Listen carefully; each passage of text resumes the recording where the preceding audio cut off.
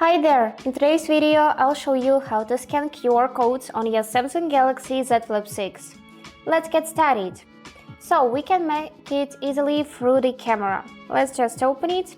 And now let me take this box with a QR code in it.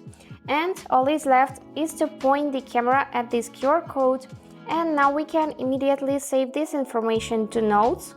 Or if we click this arrow, we'll be able to see the full text to search in web. And let's point camera again. We can also copy this text and share it.